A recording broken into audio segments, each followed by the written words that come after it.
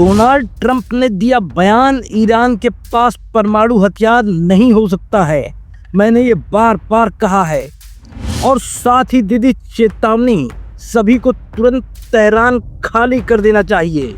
5 दिन के युद्ध में 2 बार इजराइल ने ईरान के वार टाइम चीफ ऑफ स्टाफ को मार गिराया। तेहरान में हुई इजरायली एयर स्ट्राइक में नए war time chief of staff Ali Shadmani मारे गए। संडे को दिए गए बयान में नेतन्याहू ने कहा कि ये युद्ध अयातुल्लाह अल खामेनाई की हत्या के साथ ही खत्म होगा, और हाल के बयानों में बोला कि ईरान के लोग ही खामेनाई की हत्या कर देंगे। साथ ही कहा ईरान का न्यूक्लियर प्रोग्राम एक कैंसर की तरह है और ईरान ने की है 2 बार ट्रंप की हत्या की साजिश।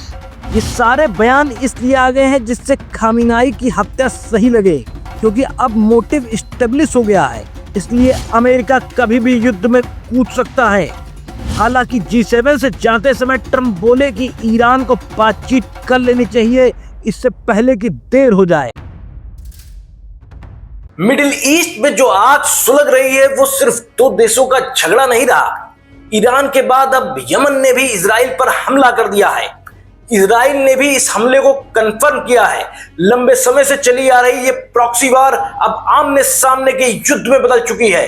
क्या ये सिर्फ एक न्यूक्लियर प्रोग्राम का खेल है या इसके पीछे कुछ और भी बड़ी शक्तियां काम कर रही हैं?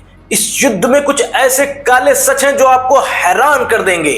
हाल ही के दिनों में इजराइल और ईरान के बीच टेंशन अपने पीक पर पहुंच गई है। जिस प्रॉक्सी वार को हम सालों से देखते आ रहे थे, अब वह खुलकर एक मिलिट्री कन्फ्रंटेशन में बदल गया है। इस युद्ध की शुरुआत हुई जब इजराइल ने ईरान पर बड़े पैमाने पर हवाई हमले किए, जिसे इजराइल ने ऑपरेशन राइजिंग लॉयन का नाम दिया। इन हमलों का सीधा टारगेट ईरान के nuclear sites, weapon production facilities और मिलिट्री कमांड सेंटर्स थे। इन हमलों में ईरान के इस्लामिक रिवॉल्यूशनरी गार्ड कॉर्प्स के इंटेलिजेंस प्रमुख ब्रिगेडियर जनरल मोहम्मद काजमी सहित कई वरिष्ठ अधिकारियों और न्यूक्लियर साइंटिस्ट के मारे जाने की खबरें हैं। इजराइल ने ईरान के हाई प्रोफाइल मिलिट्री और न्यूक्लियर पर्सनल को लगातार निशाना बनाया है, जिसने इस टेंशन को भयानक रूप दे दिया है।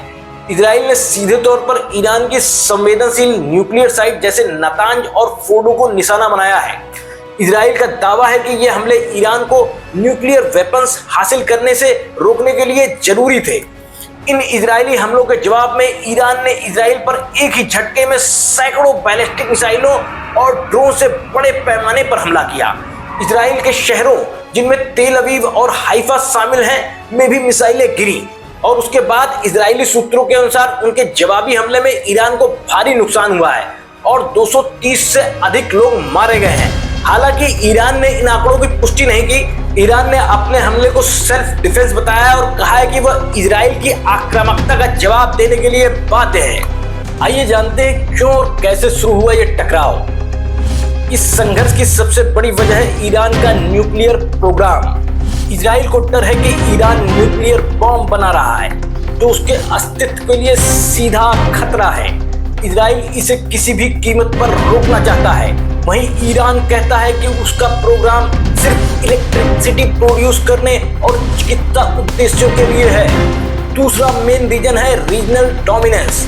मिडिल ईस्ट में ईरान और इजराइल दोनों ही अपनी शक्ति और प्रभाव बढ़ाना चाहते हैं। ईरान अपने प्रॉक्सी ग्रुप्स जैसे हमास, हिजबुल्लाह, हौथी के जरिए पूरे क्षेत्र में एक एक्सेस ऑफ रेजिस्टेंस बनाना चाहता है, जबकि इजराइल इसे अपनी सुरक्षा और रीजनल स्टेबिलिटी के लिए खतरा मानता है।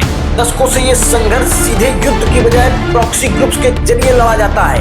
इजराइल इन समूहों पर हमले करता रहा है और ईरान उन्हें समर्थन देता रहा है। लेकिन अब ये प्रॉक्सी वार सीधे देशों के बीच मिलिट्री कन्फ्रंटेशन में बदल गया है। हाल ही में इंटरनेशनल एटॉमिक एनर्जी एजेंसी ने ईरान के न्यूक्लियर प्रोग्राम को लेकर चिंता जताई थी और ईरान पर सहयोग न करने का आरोप लगाया था। क्या ये रिपोर्ट इजरायली हमलों का कारण बनी? आइए जानते हैं कि इस युद्ध में अमेरिका का आखिरकार क्या स्टैंड है। दुनिया की सबसे बड़ी शक्ति अमेरिका इजराइल का सबसे बड़ा और सबसे विश्वसनीय सहयोगी है। इसे इस तरह भी समझा जा सकता है कि इजराइल मिडिल ईस्ट में अमेरिका का एक तरह से मिलिट्री बेस है, लेकिन अमेरिका उसकी सुरक्षा और अस्तित्व को हर कीमत पर सुनिश्चित करेगा। अमेरिका भी ईरान को न्यूक्लियर वेपन्स बनाने से रोकना चाहता है। यही वजह है कि उसने ईरान के साथ परमाणु वार्ता को फिर से जीवित करने की कोशिश की। लेकिन हाल के हमलों के बाद ईरान ने अमेरिका से किसी भी तरीके की बातचीत करने से इनकार कर दिया है। अमेरिका की स्थिति बेहद जटिल है।